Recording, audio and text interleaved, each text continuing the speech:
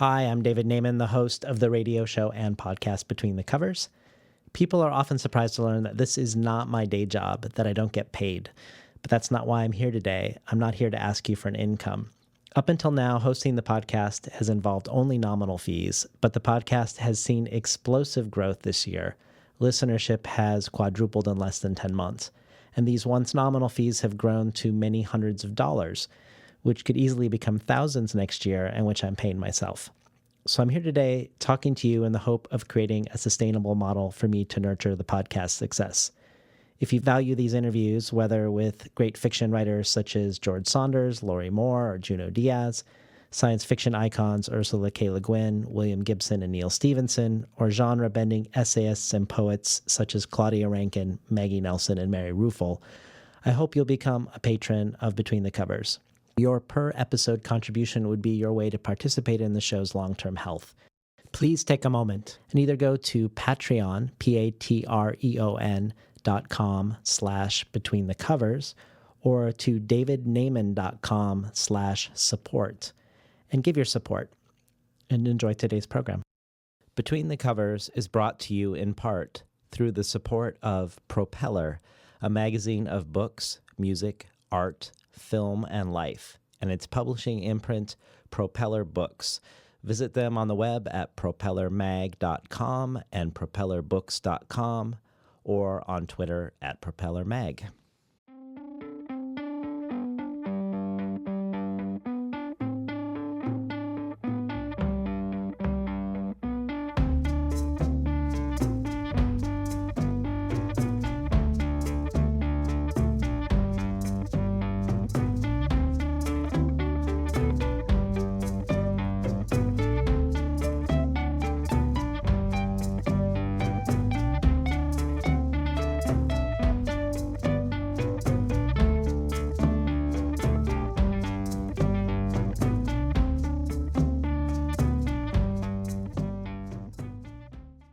Good morning and welcome to Between the Covers. I'm David Naiman, your host.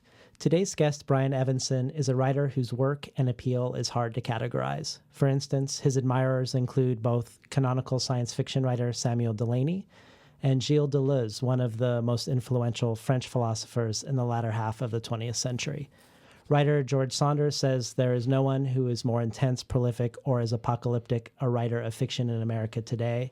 Writer Kyle Miner calls Evenson an elder statesman of innovative fiction, and writer Jonathan Lethem says Brian Evenson is one of the treasures of American story writing, a successor to Coover, Barthelme, and Hawkes, but also to Edgar Allan Poe.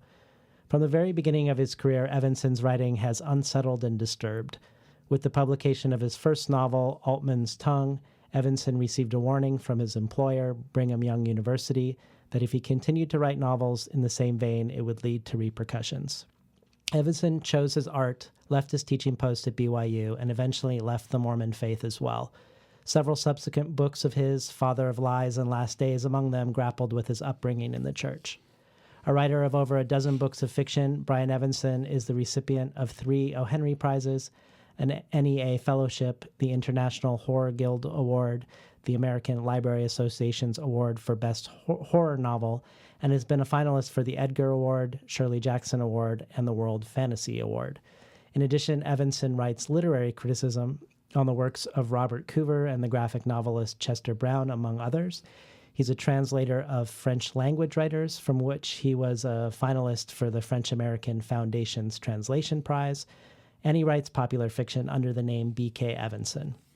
Evenson has been the longtime Royce Professor of Teaching Excellence in Brown University's Literary Arts Department, but has recently relocated to the West Coast to teach at Cal Arts. This year, his main publisher, Coffee House Press, has reissued 3 of his novels, along with his new short story collection, A Collapse of Horses. Evenson joins me today on Between the Covers to talk about A Collapse of Horses. In order to describe the effect of this book on the reader, Hayden Bennett at The Believer magazine uses a line from the writer Julio Cortázar, and I can't think of a better way to introduce the conversation than to repeat that line here. Stories of this type are affixed like indelible scars on any reader who can appreciate them. They are living creatures, complete organisms, closed circles, and they breathe. Welcome to Between the Covers, Brian Evenson. Thank you. Happy to be here.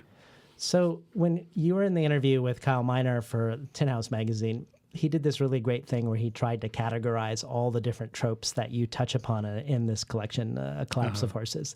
And the list included the Western, the suspense thriller, the folk tale, the Gothic romance, the urban legend, the whodunit, the procedural, and the horror story. And I thought that was, I could see all of that in A Collapse of Horses. However, I felt like the through line, regardless of the trope, felt to me like it was horror or some sort of fiction of estrangement or some sort of fiction of self-estrangement.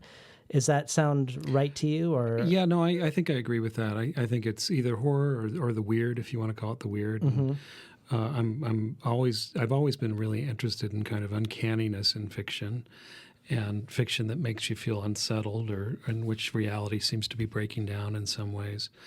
And which I see as one of the major tropes of horror fiction, the idea that what you think is real or how that you think the world is not in fact the way it is. So yeah, I think that's definitely the thing that holds these stories together and makes them talk to one another. And you've mentioned that what you call the collision between the literary and the horror is something that you keep coming back to and seems to be fertile ground for you in writing.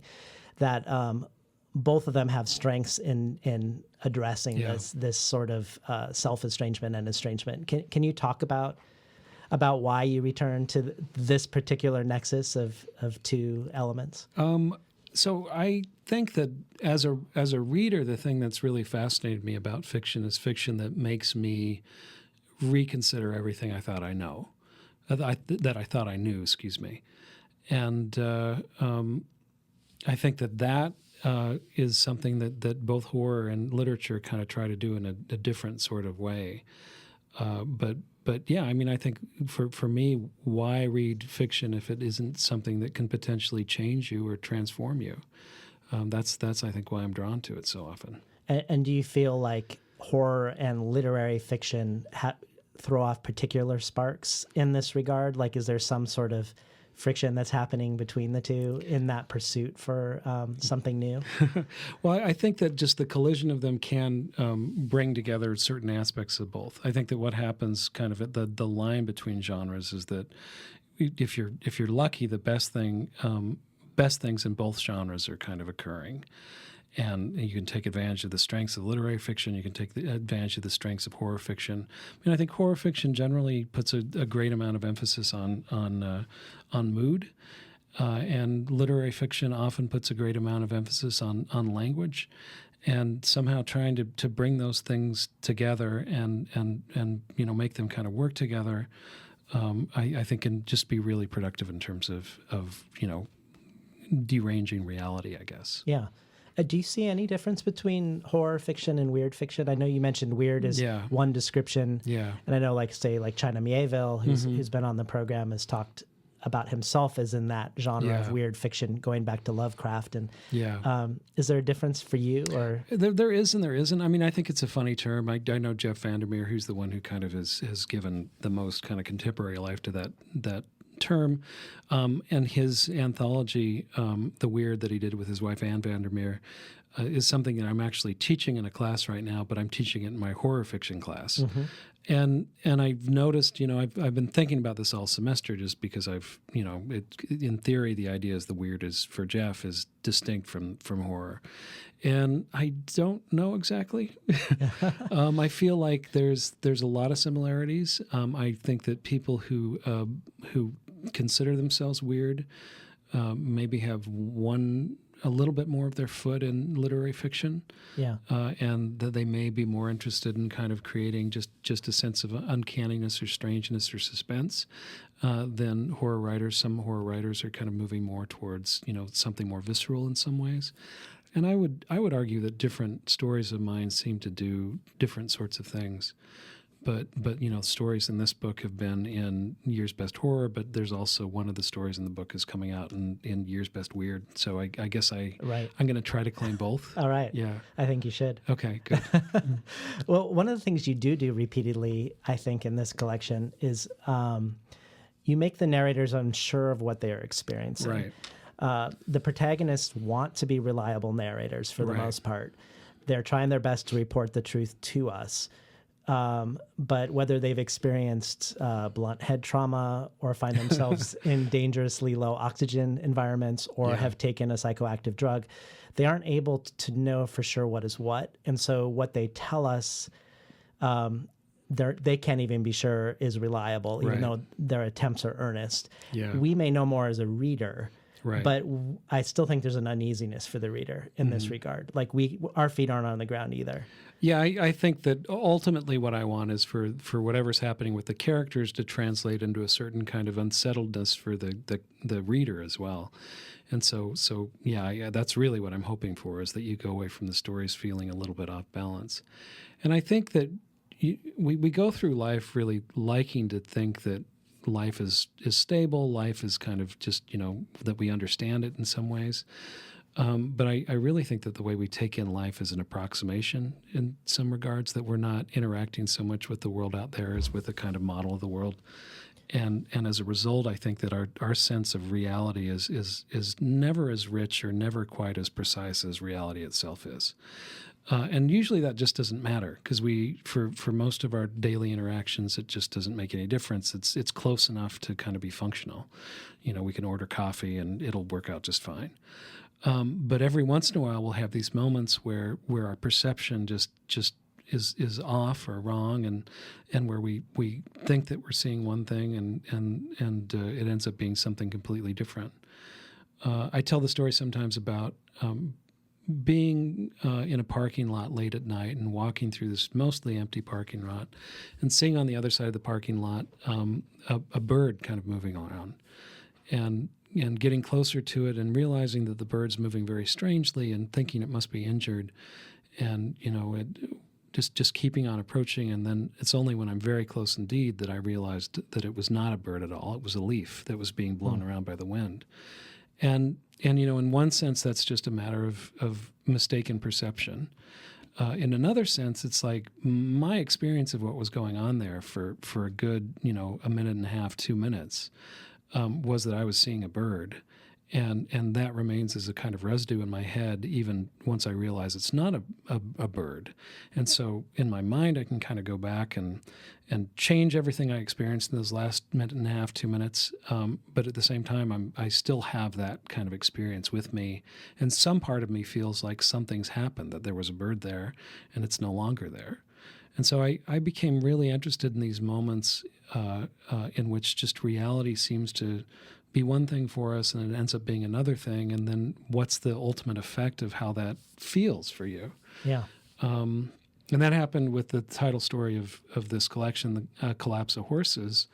There's an experience in that where someone comes to a horse paddock and sees all these horses that are just lying down, and he can't tell for a minute whether he's seeing horses that are dead or horses that are alive but just lying down for some reason. He's never seen horses lie down before, so it just seems like an odd experience.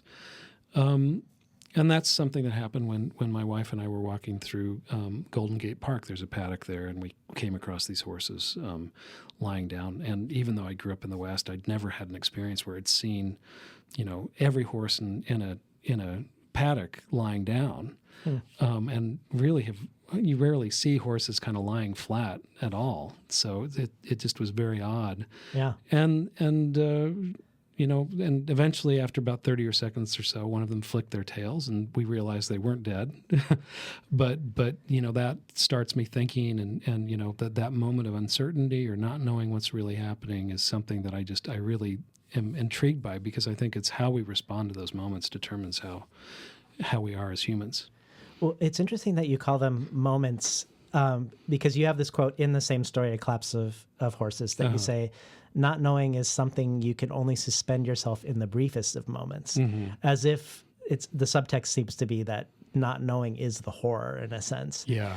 But you hold us in that place for the entire story. Like, often it's not as if we go, so in a way, maybe your interest in the moment is to create a whole, like to expand that moment and to create an entire universe within it. Yeah. And I think you can see the story as being the equivalent of a kind of moment like that for the reader. And so it is something you in theory you would read one of my stories and it unsettles you for this moment. and then potentially you can return to the real world and maybe be a little more confused or something. But something's changed a little bit for you. But it's also like it's a moment in your life. Whereas the characters in the story, it's more than a moment in their lives. Right. It's something that kind of persists for them.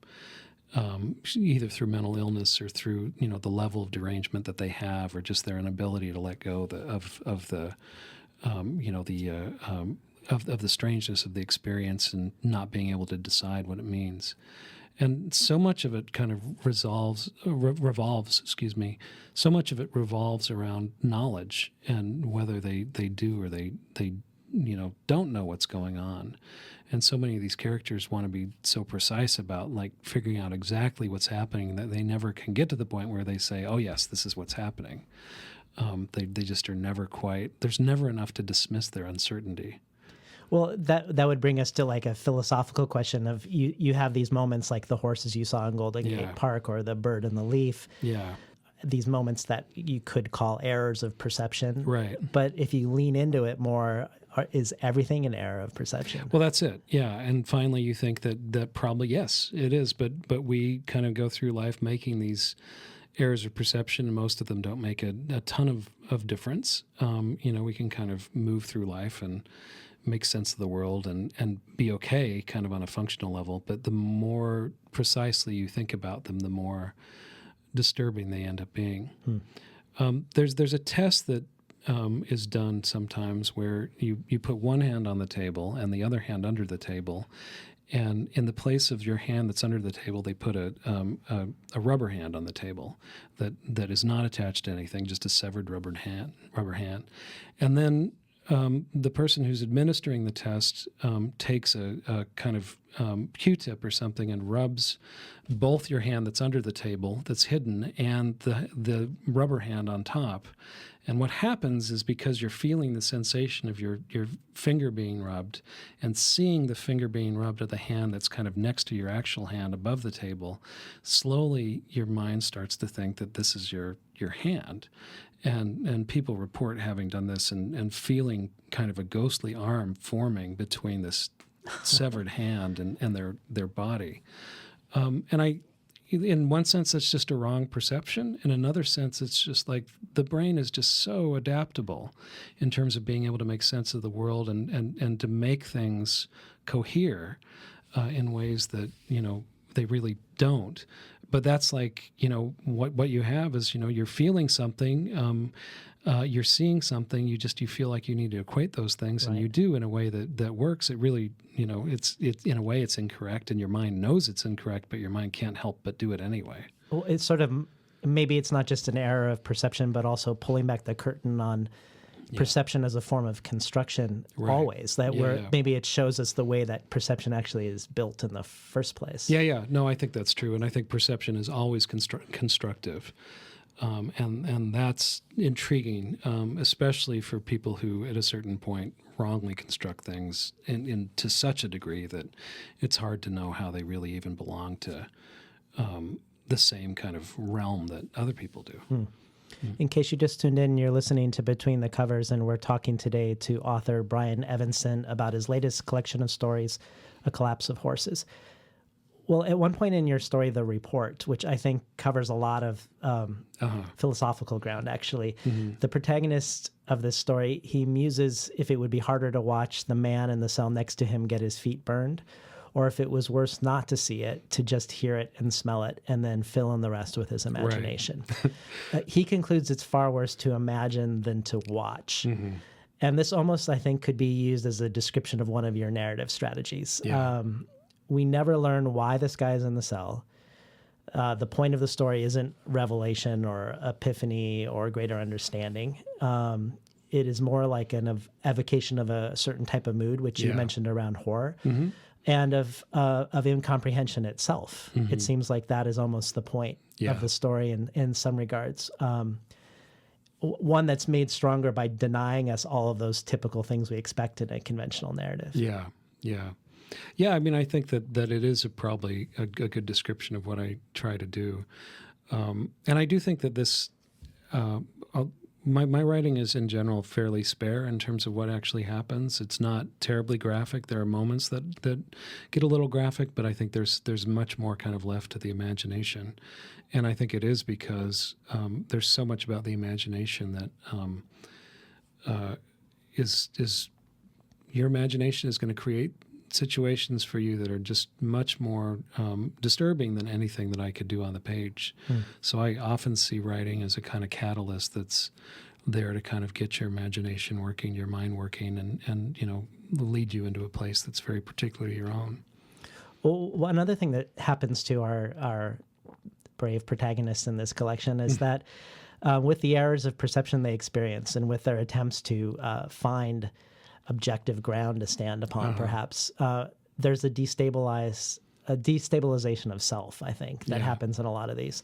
For one, there's several stories that have people who start to see their body parts as alien to them. One, the guy in Dust, and he looks at his hands at one point, and he's not sure that they're his own hands. And there's the guy who gets the ear surgery, and he gets his ear reattached, and it's clearly not feeling like it's part of his body anymore. So that's like this body dysmorphia seems like one part of this.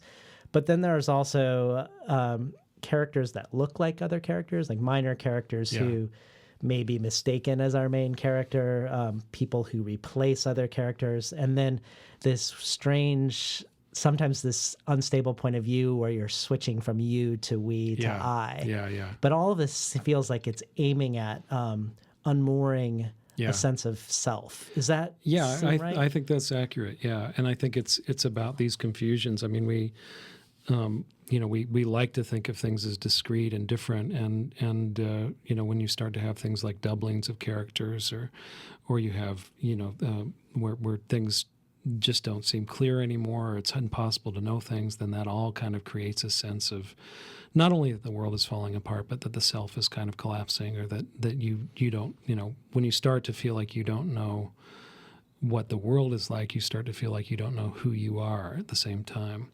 I think, I can't remember if it's this book or previous book, but one of the characters at some point says, he has a hard time deciding if there's something wrong with him or something wrong with the world. And in a way, I don't know that there's a difference in a sense. If you think of the world as something that's perceived by a self, then if there's something wrong with the world, then there's also always something wrong with you and your perception. And then that, even with Collapse of Horses, that goes as far as a kind of the first story and the last story of this book end up being a kind of echo of one another.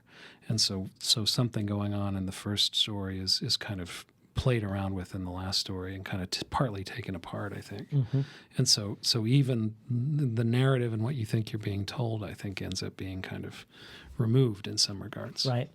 Well, it made me wonder, this unmooring of the self, what your own belief system or philosophical beliefs were around the existence of a self. And this rubber hand experiment, I know, is one of the things that's used in investigating selfhood in science. And that in philosophy and in science, the existence of a self is actually a hotly debated topic. Where do you fall on it in terms of your own personal approach to selfhood? Well, I think I've done a lot of reading over the years about selfhood, and I was trained as on post-structuralist theory. I did my degree at University of Washington in Seattle and did a PhD in critical theory up there, and specialized on kind of French anti-Hegelian, post-Hegelian, basically French thought. And so looked at a lot of writers philosophers who were interested in thinking of the self as maybe a construct, or the self as something that was tentative or falling apart in some ways. I'm certainly sympathetic to that. I think that I don't feel like I have a complete answer on that. So I think that a lot of the things that I'm doing in my stories it's a way of putting pressure on notions of the self and just seeing what happens. So it's not so much that I have a view of what the self is or isn't that I want to express, and more that I just am interested in thinking of writing as a way of experimenting and just seeing what happens to to readers and to the characters as certain sorts of things occur on the page. Well, it made me wonder about certain craft choices you make. That, and you've said before that you're skeptical of a lot of accepted notions of the structure of the mind, particularly the subconscious in relationship to, at least the subconscious as we think of it in the Freudian way. Yeah, I'm very skeptical of that. I'd love to hear about that, but let me ask you this first. I wondered if the belief that there isn't a subconscious, that whatever consciousness that we do have may not totally cohere the way we think it does, that it's tenuous at best. Is this related to choices like not using a lot of interiority, of not using backstory to explain motivations of characters, of the reader not ever necessarily knowing the why behind a scenario? Yeah. Is there a resonance between that and some of these skepticisms about how our minds actually work? I think there is, but I also don't think I'm not beginning with the philosophical idea and then kind of moving with that. I think it's just naturally my writing seems to have gravitated towards that. And I do like, I mean, I think it's partly just what I like as a reader, that I like stories that continue to work on me after I've put the book down. And that's the kind of story I want to write for my readers as well, the stories that continue to have not only an effect, but continue to kind of play out and change in your head after you've finished the book. So I guess it'd be partly that. Yeah. So, yeah. One of the things that's cool about this reissue of the 4 books is that these 4 books form a whole cover. Yeah. And so in a weird way, there's a destabilization of self. There's a suggestion that the 4 books can't be read without, you can't have a whole unless you have all 4 in a weird way. And yet all 4 make a multiple self, because this is a creature on the cover when you have all 4 that is from a variety of different types of animals. Right. And so in a weird way, we get this multiplicity of self and this unmooring of self on the cover. Yeah. And I think that, so I would say in terms of my connection to horror, that's one of the things that I'm really interested in is one of the things that comes up again and again in horror literature is this inability to determine if something is singular or multiple, or the idea that something just won't stay in one form exactly. And kind of taking that and extending that to just the notion of the world, I guess, is something that I do. But then also just the idea of things being unknowable is something that comes up in a lot of the better horror literature as well. So those are things that I'm sympathetic to philosophically, and that the horror genre probably encourages me to think about in a different way than the philosophy does. And so those come together in different ways. Yeah. Well, let's have our listeners hear some of the prose from the collection. Sure. So I'm going to just read the first page or 2 of the first story, which is a story called Black Bark. And it's a story that's kind of a Western in which it gets stranger and stranger as it goes along. So it won't get that strange by the time I end this reading. Black Bark.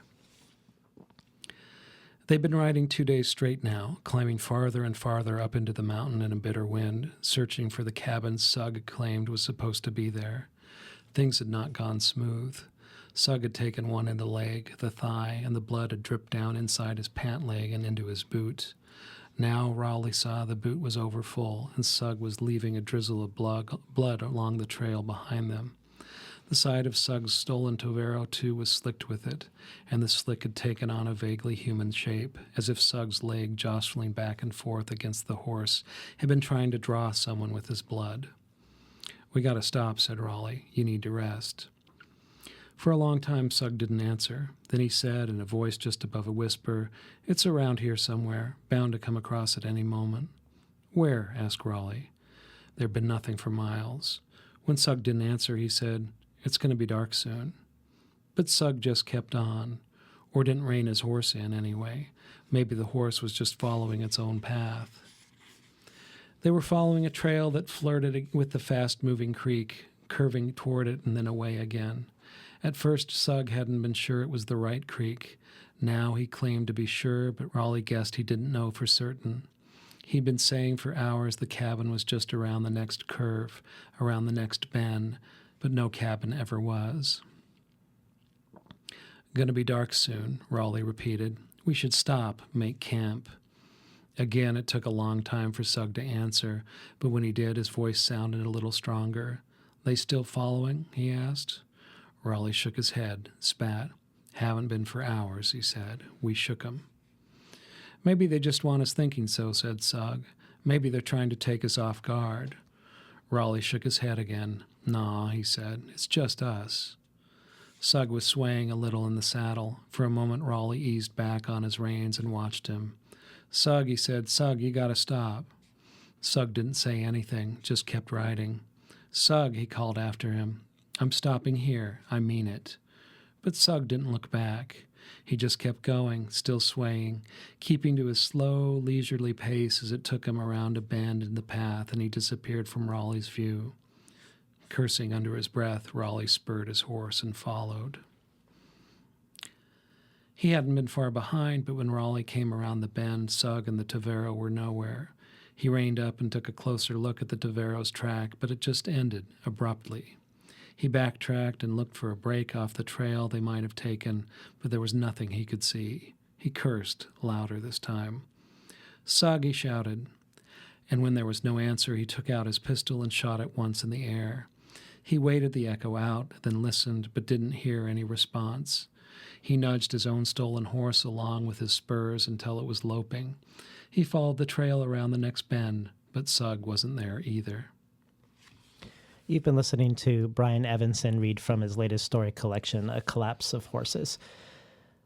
Well, I want to go back to the interview with Kyle Miner again one more time, partially because what I really appreciated about that interview was that I think he was able to ask some pretty astute questions because you share coming from a very intense religious background that you've since left and grappled with in your art. Mm-hmm. But one of the things that I want to ask you a two-pronged question about this interview, because you've talked in other places about how you steer away from metaphor in general. Yeah.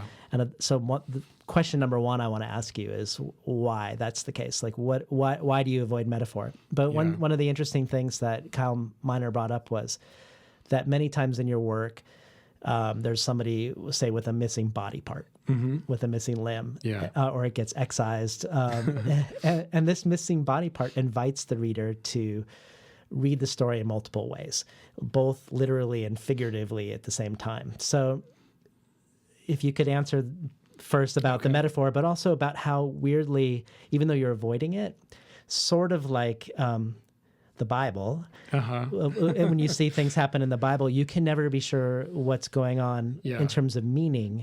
And there may be a metaphorical or figurative reading of a missing arm, which it feels like your story suggests, even when there's no literal metaphor in the story.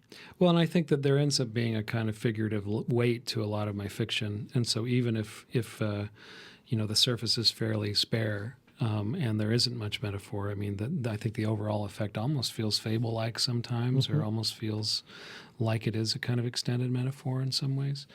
So I'd say that, but I also, I think I'm really contrary as a human being for some reason, and so I think at one point a professor told me just how good writing was really all about metaphors, and metaphors were the central part of it, and that just made me want to write without metaphors and prove that that wasn't necessarily the only thing that good writing was. And it's nothing. I have nothing against good metaphors. I think good metaphors are great, and when I use them, I try to use ones that I think are good. Or I love metaphors that, I like kind of chain metaphors that start to contradict one another or that start to build up something larger. And metonymy and other sorts of figurative language is something that I really am interested in. So I guess it's that as much as anything. If I use a metaphor or a simile, I want it to be the best possible, and I want it to be not something that feels distinct from the writing, that feels just like it's natural with the writing. So it's not a philosophical stance in a way in which metaphor is related to how close we are to perception, for instance. Right. No, I don't think it's exactly that. I mean, but this is the thing I also find about metaphor is that anytime you compare something to something else, you move out of the original context and into another context. And I think for someone who's writing in a rigorous way, you really need to think about the effect of that and what you gain by bringing in the compared object in the place of the object that's already there. So that's it as well. It's like if you're thinking of the writing as being something that's an object, that's a kind of surface and a kind of contained structure, then either you want to kind of keep it within its own world, or you want to figure out, instead of just having, a metaphor here and a metaphor there that are good but maybe point in different directions, you want to have really be building up a kind of world out of these metaphors that all kind of respond to one another. The fact that you bring up fable is interesting because I think fable and holy texts share that in common, that there is there's never one meaning. Right. You can, and also perhaps this being unsure of what do you have the meaning right, which is the question of a lot of your protagonists for that matter. Am I reading this correctly? Exactly. What I'm experiencing or what I'm reading? Yeah, and the whole way in which we think about literary criticism evolved from people reading the Bible and thinking about the Bible, and there's many different ways to read. If you look at Dante and also some Renaissance criticism, but some later stuff as well. There's so many different ways to read the Bible. There's a kind of literal way of reading it. There's an allegorical way of reading it. There's a metaphorical way of reading it, so on and so forth. And, 4 or 5 ways at least that kind of people can kind of move through that text. And so that's interesting. And it's interesting to see, especially Christian scholars trying to juggle all those things and say, well, it's true, and this is a type and shadow of something else, and this is something we can use to think about the way in which the church works, and so on and so forth. And is there a particular mode or modes that Mormon followers would use when engaging text that's different or distinct from say someone who's Jewish or someone who was Protestant? I don't know if it's that different in some ways, except that just Mormons have their additional holy books. Right. And there is, I think one thing that is distinct about Mormonism is the belief that revelation from God is something that's constant and continuing, and that it's something that individuals can have as well as the prophet of the church have. And so the idea is that revelations keep coming, so essentially Scripture is not all written already. It can kind of keep on coming. Right. And, in practice it doesn't seem to come all that fast, but it's, in theory it's still there. So I think, there was I think it's pretty common in some religions, but the idea that, you read the Bible and then you think about it in relation to your own life, or read the Book of Mormon and think about it in relation to your own life, was a big thing when I was growing up. And these kinds of transliterations or translations that seem to exist. Yeah. But I don't know that that's unique to Mormonism. Right. There is ways in which Mormons talk in church, and certain cadences and stuff that gets used that I think my work kind of makes use of. I think my work's probably a lot more unsettling for someone who's Mormon than for someone who's not. But I think that those things are just, even syntactically. I think syntactically, and there's certain ways of if I'm bearing testimony on Fast and Testimony Sunday in a Mormon church, there's certain ways in which I'll phrase things, certain slight syntactic inversions and things like that, and sometimes I use those. Wow, that's interesting. Mm-hmm. Yeah. Another area that seems to be a recurring theme in The Collapse of Horses is that story as the actual idea of storytelling, right? Which I wonder now whether that is also somehow tied into this construction of perception. Yeah. But there are several stories that are stories within stories. Right. The 2 in particular that come out are the 2 you mentioned at the beginning and the end, which are actually in conversation with each other but contain stories within them. Yeah. And these are often stories being told within the story to try to make sense of something that's gone wrong, perhaps. But not surprisingly, I'm sure to our listeners, now that they've heard your approach, the stories themselves do often end up to be more unsettling, both to the reader and to the person either hearing them or telling them. And you've said in other places that these self-narratives act as a sort of relief, but also as a sort of trap for the characters. Yeah. Can you talk a little bit about how it's a relief and a trap at the same time? Well, I mean, I think they're a relief in that, this. I think from the beginning, what we've done with narrative is we use them as a way of trying to make sense of our existence and our life, and in that sense, they provide us these structures and frameworks that allow us to feel like, things might mean something or things might make sense in some way. And then I think the reason they're a trap is that in these stories, even if the characters think that way, the way the stories seem to go after that end up being, fairly dark, and maybe the relief that they felt is something that's very temporary or just gets them a little bit off guard. So, yeah. And this is something that happens. I have a story in a previous collection called The Second Boy, and in which a story is told and then it starts to be told again, and it's that moment of like telling the same story again with some stuff coming in between that ends up being just terrifying for the character. And that's, I do think we tend to do these things as humans where we have these narratives that we use to try to make sense of our lives, and even after it's clear to us that they don't work, we keep on telling them. And that should horrify us in a way, but it doesn't, Yeah. I mean, I think that the foundation of a lot of less examined religious belief seems to be based on that, just sticking to the narrative, no matter what the evidence is around you. And I think reasoned religious belief doesn't do that. I mean, I think it can be actually very interesting in terms of its engagement in the world, but yeah. Well, do you have your own self-narrative about your interest in what we can know and what we can't know, and this sort of the horror of not knowing?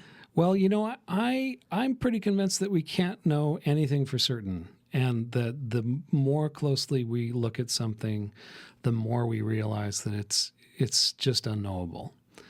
But something about that exhilarates me as well. I like that, and I like knowing that I can't know. Maybe the idea, I mean, that's a paradox, knowing that I can't know. Right. But I like that, being in that situation and believing that there is this mutability to things, or that things potentially can't be completely grasped. And that may be that it may be partly that I came from a family of scientists and I was the only real writer in the family. And so that's a very distinct view in that family where I have a father who's a physicist who, thinks about the world very rationally and does believe that, even if we don't know how it works exactly, we can know. Right. It's possible. I don't know. You don't know. I don't know. Yeah, I don't think we necessarily can, and I also think that there's something about that makes us human. There's something actually kind of essential and that we can hold on to, and being willing to kind of accept the idea that we just can't know everything is not a bad thing. Yeah. Mm-hmm. Well, speaking of science, there's a way in which I feel like your collection feels like an organism. Like it feels like it has connective tissue between stories. It feels like there is a hidden submerged architecture to it. Not just the first story and the last, which are maybe the most obvious resonances, is the opening and the closing. But how did that go about happening? It doesn't feel like the stories were written as separate, discrete units. Were you writing towards holes in the collection, or then going back to previously published things and adding elements to connect them to other things? I mean, that's a good question. Some of the stories, a lot of the stories were written for other purposes before the collection, or for a magazine or things like that. And then I started putting them together and thinking about how they fit together. And there are a few stories that I originally included that I just decided didn't fit or didn't belong. The first and last story, Black Bark and The Blood Drip, which do kind of bookend the collection, were fairly late in the game, I think. And there was a moment when, there's enough kind of similarities with those stories where I was trying to decide whether it made sense to put them both in the collection or not. And then more and more just realized that it was interesting to have them both in the collection. Yeah. So, and then others, I mean, I'm just looking at them and seeing, I think those were the two most recent stories, the ones that kind of came at the very end. Annie Corpse also actually was a really late story to add, and that I'd been asked to do for an anthology of occult stories, which I'd never written what I would consider an occult story before, but was really interested in the way that had come out. Something about the constraint there ended up making it a different sort of story than I'd written before. So you said earlier in the interview that you don't start with philosophy and then work your way into a story. It's like you have an interest in philosophy, but you're not starting there when you write. But you do have a PhD in literary theory. I do. and I've also read, as I've done research for this interview, that the book by Deleuze and Guattari, Anti-Oedipus Civilization and Schizophrenia, is a big influence on you. So I'm curious, does that ring false? If it doesn't, how do you see stepping away? Not that it's the place you start, but how do you see that sort of philosophical orientation finding itself in your work? Well, so Deleuze especially has been important to me. I would 1,000 Plateaus, that book by Deleuze and Guattari, is probably a lot more influential on me than Anti-Oedipus, but certainly they're connected. But I tend to read that almost more like it's a novel than I read it very, very quickly and very loosely in a way, and I'm interested in the kind of ideas it generates, and so I'm very I read it very non-philosophically in a sense. Yeah. So there's a kind of tremendous energy to that book which I really admire. But yeah, certainly there's a lot of their ideas I think are things that I'm intrigued by and that I'm interested in.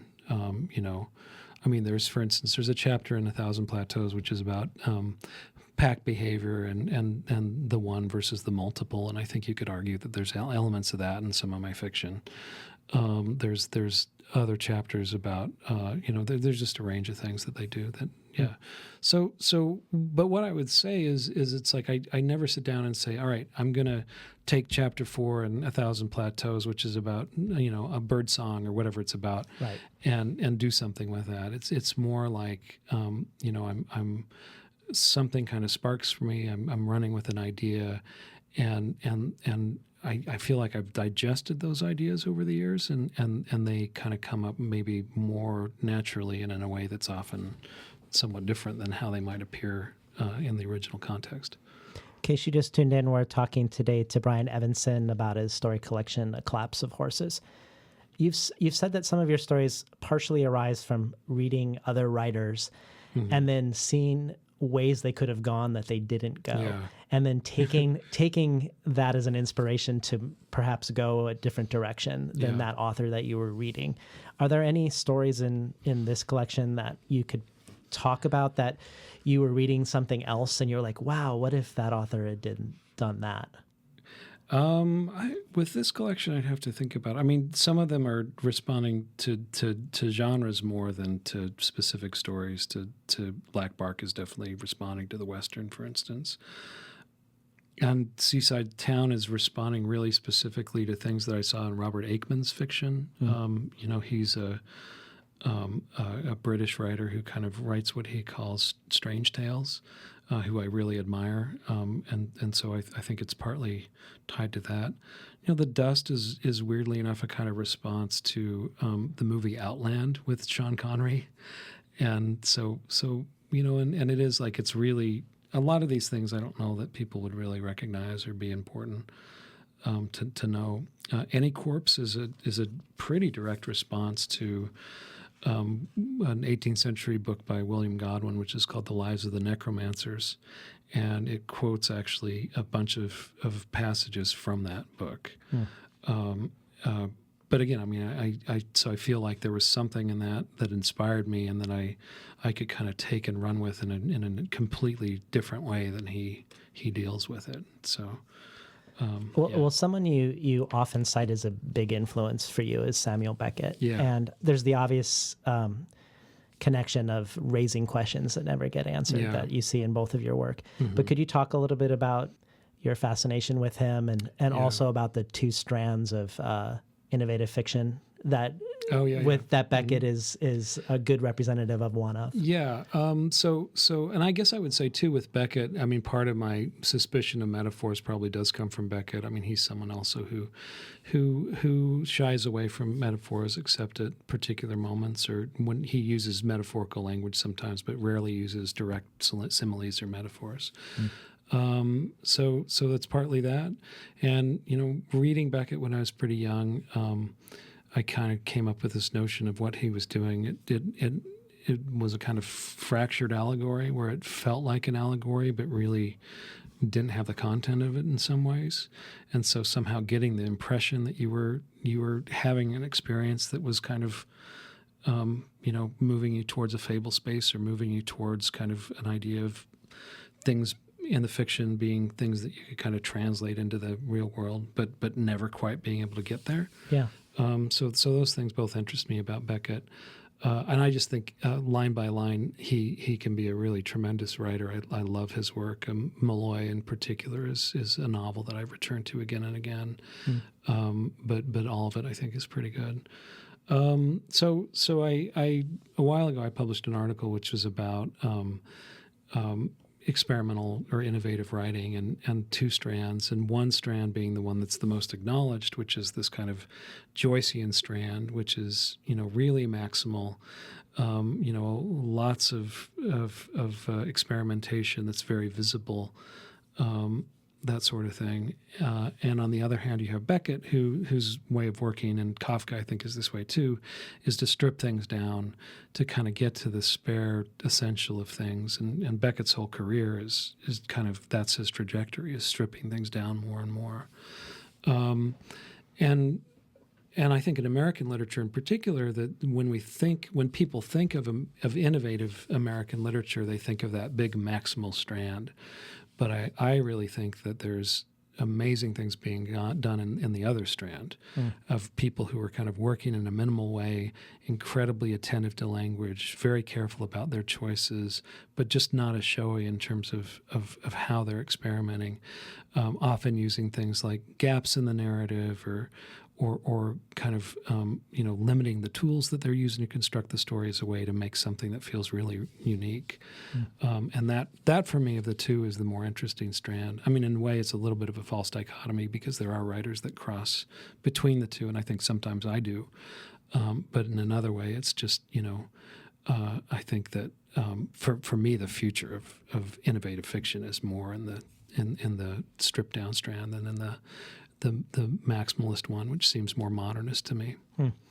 And Beckett eventually chose to write in French, partly to strip down his syntax. Yeah. Well, yeah, he talks about that writing in French is a way of writing without style. And so if you look at Beckett's early books before he was writing in French, they feel very Joycean. They're very, the wordplay is kind of over the top sometimes. And then once he starts writing in French, that all changes really. And I think it was that willingness to kind of work with a language he didn't know as well and a lesser palette really made him think about what was essential and what was important. And you both are French translators. Yeah. How is that endeavor for you reflected back on your writing practice, if at all, like translating or carrying across works from French into English? Yeah. And the ways in which that is informed or not informed your writing practice? I think it's been very helpful for me as a writer, just because I think if you're translating, what happens is that you're put in a position where you have to figure out how to do things stylistically that normally you wouldn't do. You do things that just are not really in your wheelhouse necessarily. So I think I've learned a lot from translating in terms of what, it's taught me how to do certain sorts of things. I also think that, sometimes I steal ways of phrasing things from French and steal French syntax just a little, hopefully in a way that doesn't seem too intrusive. But yeah, I think that's translating from French has been a good help with me. And sometimes when I'm disorienting the language a little bit or trying to make the language feel just a little bit odd or off, I start thinking of it as like translating from English to English. Yeah. And just this year, along with this collection, you have the 3 reissues of your older novels with new introductions, one by Peter Straub, one by Matt Bell, and one by Samuel Delany. How has that been? How have you reread the books? And when you engage with these writers who are now reintroducing these books to the public, how's your perception changed of your own work? Well, so it's definitely strange to go back and read older books that I haven't looked at for a while. I did reread them all in the editing process and tried to kind of not to try to rewrite them necessarily, but tried to just make sure they were where I wanted them to be. And since they were being reset as well, we had to think about how they were going to lay out on the page a little bit. Peter Straub's introduction to Last Days was actually in the original version, which Underland Press in Portland published, and so it was good to have another life for that introduction. Peter's a good friend, and I really admire his work. And then it was actually very informative with both Matt's and Chip Samuel Delany's introductions to just be able to see what they were seeing in the work and thinking about the work. And I do feel that reading all 3 introductions taught me something about not only what I was doing, but what other people were thinking that I was doing. So this is a pretty big year for you. You get 4 books coming out. You've moved to California. I see that you're teaching a horror workshop in Transylvania this summer. Yeah. Mm-hmm. What else can we expect from you on the horizon? Like, can you tip your hand a little to any works in progress or things that are coming down the pike? Yeah. So there's not much at the moment, just because with the move and everything, it's been hard. So I have a few stories coming out here and there, and Jesse Ball and I wrote a book together, which is called The Deaths of Henry King, and Lily Carre, who's a graphic novelist, basically, did illustrations for the book, and that's coming out in just a month or so, I think. So it's basically it's very short texts in which the same guy dies over and over again, and we kind of wrote them back and forth, and kind of got to the point where we couldn't tell who'd written what. So. Wow. So fun little project. That sounds great. And then other than that, I have a few other things I want to start on, but I just haven't figured out what they're going to be yet. Well, it was a pleasure having you on Between the Covers, Brian. Thank you. We're talking today to Brian Evenson, the author of A Collapse of Horses. You've been listening to Between the Covers. I'm David Naiman, your host.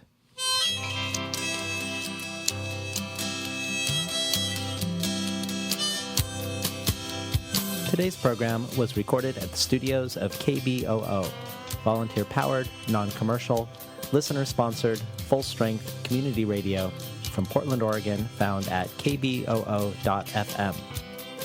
If you enjoyed today's program, consider supporting the show by going to patreon.com/betweenthecovers, and also while you're there, check out the growing archive of bonus material available. Thanks for listening.